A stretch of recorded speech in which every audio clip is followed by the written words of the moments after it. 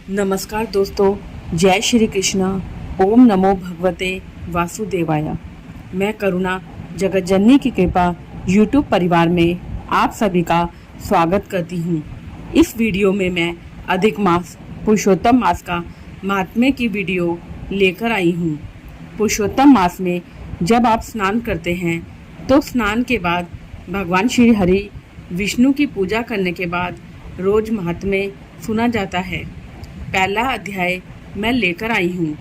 इस अध्याय में हम सूत जी का मुनियों से तीर्थों का वर्णन और शुक्रदेव जी के आगमन की कथा का वर्णन सुनेंगे।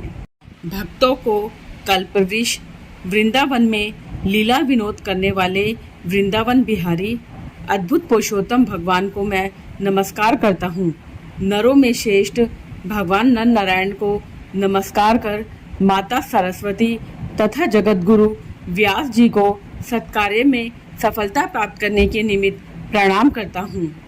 नैमिषारण्य क्षेत्र में यज्ञ करने की इच्छा से बहुत से मुनि आए, जिनके नाम ये हैं: असित, देवल, पैल, सुमंतु, पिपलायन, सुमति, काश्यप, जाबली, भृगु, अंगिरा, वामदेव, सुतीक्ष्ण, शरभग, पर्वत, आपस्तंभ, मांडव्य, अगस्त्य, कात्यायन, रथितर, ऋभु, कपिल, रेभ्य, गौतम, मुद्गल, कौशिक, गालव, क्रतु, अत्रि, बभु, त्रिद, शक्ति, बुध, बोधदायन, बसु, कौंडितन्य, पृथु, हारिद, धूम, शंकु, संकृति, शनि, बिंबाडक, पक, गर्ग, कानाद, जमदग्नि, भारद्वाज, धूमे, मोन, भार्गव, कर्कश, शौनक,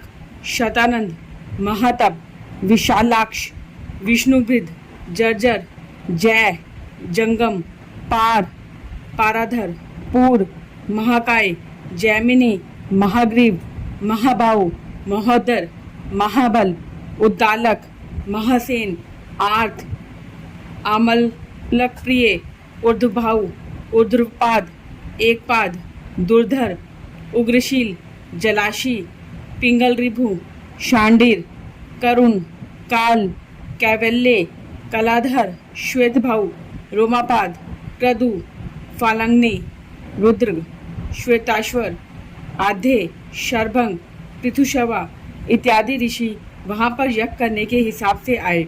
ब्रह्मिष्ठ और वेद पाठी ऋषिगण अपने शिष्यों सहित लोक कल्याण करने के विचार से एकत्रित हुए, क्योंकि ये सदैव परोपकार में लगे रहकर वेदानुकूल कर्म करते हुए दूसरों के हित में संलग्न रहते थे। ये नैमिषारण्य क्षेत्र में यज्ञ शुभ कार्य करने के लिए इकट्ठे हुए थे। इधर सूत जी भी तीर्थों का भ्रमण करते हुए अपने शिष्यों के साथ आ पहुँचे। वहाँ सूत जी ने संसार सागर से पार उतारने वाले समस्त ऋषिगणों का दर्शन किया और शिष्यों सहित सबको नमस्कार करके सूत जी आनंद मग्न हो गए। ऋषियों ने लाल रंग की वृष की छाल पहने हुए प्रसन्नमुख, शांत, सद्गुण युक्त, परमार्थी, आनंद स्वरूप, परम तत्व को जानने वाले सूत जी को उद्धवपूर्ण तिलक लगाए। गोपी चंदन की मृतिका से राम नाम तथा दिव्य शंख और चक्र का छापा लगाए। तुलसी की माला तथा जटाओं के मुकुट से शोभित महाअद्भुत मंत्र का जाप करते हुए सब शास्त्रों के साथ तत्व के ज्ञाता, सब जीवों का हित करने वाले, इंद्रियों और क्रोध को जीतने वाले, जीवन मुक्त जगत के गुरु वेदव्यास जी की कृपा पात्र और व्यास जी के समान ही इच्छा रहित और विविध गुण संपन्न देखकर समस्त मुनिजन सहसा एक साथ उठकर खड़े हो गए। सभी ने तरह तरह की अद्भुत कथाओं को यह सुनने की इच्छा से सूत जी को घेर लिया। तब सूत जी ने हाथ जोड़कर विनम्र हो ऋषियों को प्रणाम किया। तब ऋषि बोले, परम भागवत सूत जी, आप चिरंजीवी हो। आप हमारे बिछाए हुए इस उत्तम आसन पर विराजिए, क्योंकि आप बहुत थके हुए हैं। ऐसा अनुरोध कर सभी ऋषिगण अपने अपने आसनों पर बैठ गए। तब तपोवृद्ध रोमहर्षण के पुत्र श्री सूत जी ऋषियों से आज्ञा लेकर अपने आसन पर बैठ गए। जब सूत जी आसन पर बैठ गए और उनकी थकान दूर हुई, तब मुनियों ने पुण्य कथा सुनाने के विचार से सूत जी से कहा, हे सूत जी, आप महाभाग्यवान हैं, क्योंकि आपने गुरु वेदव्यास जी की कृपा से भगवत रहस्यों को वर्णन करने की शक्ति प्राप्त की है। आप सकुशल तो हैं, ना जाने बहुत दिनों पश्चात आज नैमिषारण्य में कैसे आ गए। आप वेदव्यास जी के शिष्यों में शिरोमणि, हम सबके पूज्य हो। हम लोगों ने संसार में सारूप सहस्त्र कथाएं सुनी हैं, उनमें भी सारूप और शेषकर आपने मन में जो परिणाम में शुभदायक निश्चित विषय हो, जो संसार रूपी समुद्र में डूबे हुए लोगों को पार लगाने वाला हो, अज्ञान रूपी अंधकार में ग्रसे हुए लोगों को ज्ञान रूपी मंत्र देने वाले, हे सूत जी, आप इस संसार रूपी रोगों को नष्ट करने के लिए रसायन के समान उत्तम कथा रूपी सार को हमारे सम्मुख वर्णन कीजिए, जिसमें हरि लीला रूपी रस मिला हुआ और परमानंद का कारण हो। ऋषियों के ऐसे वचन सुनकर सूत जी ने हाथ जोड़कर आदर करते हुए बोले, हे मुनिजनों, आप सब मेरा मनोहारी उपाख्यान सुनिए। मैं पहले पुष्कर नाम के तीर्थ को गया, वहां स्नान करके देवताओं, ऋषियों और पितरों को तर्पण आदि से तृप्त किया। उसके पश्चात जन्म मरण आदि सब बंधन विनाशिनी यमुना के तट पर गया। वहां से कर्मानुसार अन्य तीर्थों में होता हुआ गंगा जी के तट पर आया। फिर काशी होकर गया पहुंचा, वहां पितरों का श्राद्ध किया। त्रिवेणी और कृष्णा होकर गंडकी में स्नान करता हुआ पुलह मुनि के आश्रम में गया। फिर धेनुमती में स्नान करके सरस्वती के किनारे 3 दिन तक उपवास करके गोदावरी पहुंचा।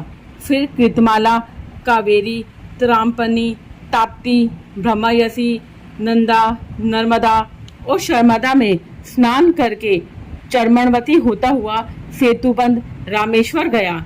वहां से बद्रिकाश्रम धाम पहुंचा। वहां नारायण का दर्शन, तपस्वियों को नमस्कार करके फिर नारायण की स्तुति कर सिद्धक्षेत्र आया। इन सभी तीर्थों में भ्रमण करते हुए कुरुक्षेत्र गया। वहां से जांगल देश होता हुआ मैं हस्तिनापुर पहुंचा। वहां पर मैंने सुना महापुण्यवान राजा परीक्षित बहुत से ऋषियों के साथ गंगा जी को जा रहे हैं। उनमें अनेक सिद्धि योगी और महासिद्ध मुनि थे। कोई निराहारी, कोई केवल वायु भक्षण करने वाला, तो कोई पत्तों को खाकर रहने वाला था। कोई केवल श्वास के बल पर ही जीने वाला, तो कोई फलाहारी, तो कोई फेन का आहार करता था। हे विप्रो, उस समाज में कुछ पूछने की कामना से मैं भी वहां गया कि वहीं भगवान मुनिराज व्यास जी के पुत्र महातेजस्वी श्री शुक्रदेव जी आ पहुँचे, जिनका मन भगवान श्री कृष्ण के चरण कमलों में लगा हुआ था। उनकी 16 वर्ष की आयु थी। शंख के समान कंठ, लंबे और चिकने केशों से घिरा हुआ मुख था। शक्तिवान कंधे, चमकती हुई कांति, अवधूत वेश, ब्रह्म स्वरूप बालकों से घिरे हुए थे, जो उन पर थूक रहे थे। स्त्रियां धूल फेंक रही थी, जैसे भिनभिनाती मक्खियों से घिरा हुआ हाथी। ऐसे महामुनि शुक्रदेव जी को धूल से सने हुए देखकर समस्त मुनिगण एक साथ उठकर हाथ जोड़कर खड़े हो गए। इस प्रकार बड़े बड़े महिषों द्वारा उन्हें पूजित देखकर परेशान करने वाली स्त्री और बालक दूर से ही पश्चाताप करते हुए उनको प्रणाम कर क्षमा याचना करते हुए तथा पछताते हुए अपने अपने घर चले गए। तब मुनियों द्वारा बिछाए गए कमल चक्र जैसे ऊंचे श्रेष्ठ आसन पर श्री शुक्रदेव जी विराजे। वहां व्यासपुत्र ज्ञान रूपी महासागर शुक्रदेव जी द्वारा पूजे गए ऐसे शोभा पान लगे, जैसे तारागणों के मध्य चंद्रमा।